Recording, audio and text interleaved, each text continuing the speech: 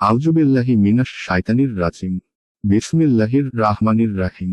সূরা আল জিন, আয়াত ৮।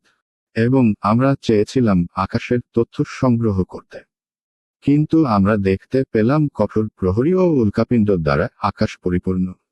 আয়াতের তাফসীর। এবং আমরা আকাশ পর্যবেক্ষণ করে দেখেছি কঠোর প্রহরী ও উল্কাপিণ্ড দ্বারা তা পরিপূর্ণ।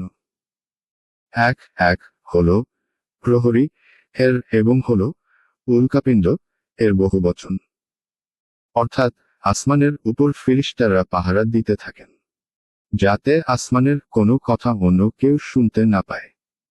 আর এই তারাগুলো শয়তানের উপর উল্কাপিণ্ড হয়ে উৎক্ষিপ্ত হয়। আয়াত ৯।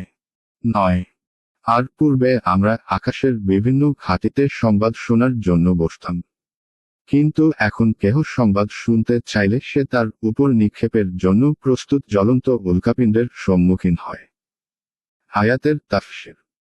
আর পূর্বে আমরা আকাশের বিভিন্ন ঘাঁটিতে সংবাদ শুনবার জন্য বসতাম, কিন্তু এখন কেউ সংবাদ শুনতে চাইলে সে তার উপর নিক্ষেপের জন্য প্রস্তুত জ্বলন্ত উল্কাপিণ্ডের সম্মুখীন হয়।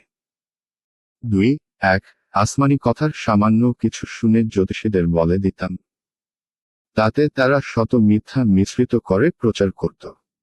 ২ তবে মুহাম্মদ সাল্লাল্লাহু আলাইহি ওয়াসাল্লাম এর প্রেরিত হওয়ার পর এ পথ বন্ধ করে দেওয়া হয়। এখন যে এই কথা শোনার উদ্দেশ্যে উপরে আরোহণ করে, উল্কা তার অপেক্ষায় থাকে এবং ছুটে তার উপর আপতিত হয়। আয়াত ১০। আমরা জানি না জগৎবাসীর অমঙ্গলই অভিপ্রেত, নাকি তাদের রব তাদের মঙ্গল করার ইচ্ছা রাখেন। আয়াতের তাফসীর। আমরা জানি না যে জগৎবাসীর অমঙ্গল অভিপ্রেত, না তাদের প্রতিপালক তাদের মঙ্গল চান। এক অর্থাৎ আসমানের এই পাহারার উদ্দেশ্য দুনিয়াবাসীদের জন্য কোনো অমঙ্গলকে পূর্ণতা দান করা, অর্থাৎ তাদের উপর আযাব অবতীর্ণ করার ইচ্ছা করা হয়েছে, না তাদের ব্যাপারে মঙ্গলের অর্থাৎ রসূল প্রেরণের ইচ্ছা করা হয়েছে।